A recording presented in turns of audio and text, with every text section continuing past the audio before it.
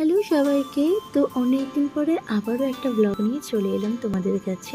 আর প্রত্যেক বছরের মতন সকাল সকাল উঠে আমি রেডি হয়ে গেছি, টুকটাক যা কাজ ছিল সব মিটিয়ে নিয়ে। তালের কাঠ বের করে রেখেছি আর এখানে নারকেল কোড়া আছে, এখানে ময়দা সুজি। তো ফার্স্টে আমি আগে তালের বড়ার প্রিপারেশনটা করে নিই। এদিকে আমার কড়াও রাখা আছে, কড়াই, আর এদিকে হচ্ছে এই যে তাল ছাড়িয়ে রেখেছি। আর এই দুটো নারকেলের হবে নাড়ু, আর বাদ বাকি সব প্রিপারেশন এর মধ্যে আছে। এই যে এদিকে সকাল সকাল সব ভাজাভুজি কেটে রেডি করে রেখেছি, আর একের পর এক ভাজাভুজিগুলো বসিয়ে দিলাম। আর যেগুলো সবজি ভাজা আর কি, 5 রকমের সবজি। আর তারপরে বসালাম হচ্ছে তালের বড়া, যেটা আমার এই নিয়ে সেকেন্ড টাইম করছি। আমি আগের বছর ফার্স্ট টাইম করেছিলাম, এই বছর সেকেন্ড টাইম। তারপরে তো বানিয়ে নিয়েছিলাম নাড়ু, অবশ্যই গুড়ের নাড়ুই বানিয়েছিলাম। আর এদিকে হয়েও গেছে বেশ কয়েকটা পাকানো। তারপরে এখানে বৌদি ময়দা মেখে দিয়ে লুচিটা বেলে দিচ্ছিল। আর সত্যি বলতে ঠাকুর ঘরের যাবতীয় যত কাজ সব বৌদি সামলিয়েছে, রান্নাটুকু শুধু আমি করেছি।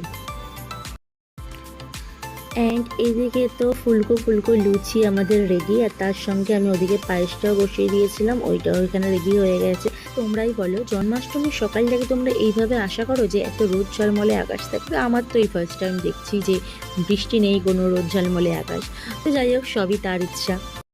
এদিকে আমি গপু ভাইকে সাজিয়ে নিচ্ছিলাম, শুধু গপু ভাইকেই নয় সবাইকে এখানে সাজিয়ে দিচ্ছিলাম। আর গোপাল তো আমার নিচের ঘরে থাকে আর ঠাকুর ঘরটা ওপরে, তো ওই দিন আমি প্রত্যেক বছরই গোপালকে ওপরে নিয়ে চলে আসি সবার মধ্যে। ওই একই কথা, ছোট থেকে দেখে এসেছি জন্মাষ্টমী আর লক্ষ্মী পুজোটা আমার বাড়িতে ভীষণ বড়সড় করে হয়, আমার মা করতো।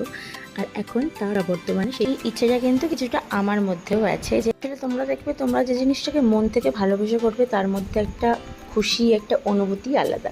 আর এখন তো বৌদিও আছে আমার সাথে, তো দুজন মিলে আমরা সবটুকু ভালোভাবে গুছিয়ে আয়োজন করতে পেরেছি।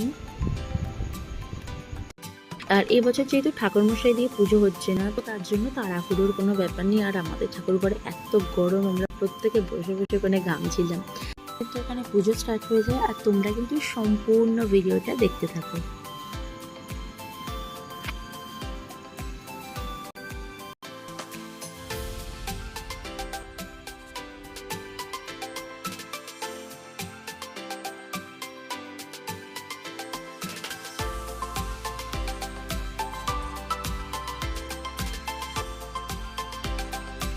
তারপর তো পুজো শেষ হয়ে যায়, আর ঠাকুর ঘরটা বেশ কিছুক্ষণের জন্য ফাঁকা রেখে আমরা সবাই নিজে চলে আসি।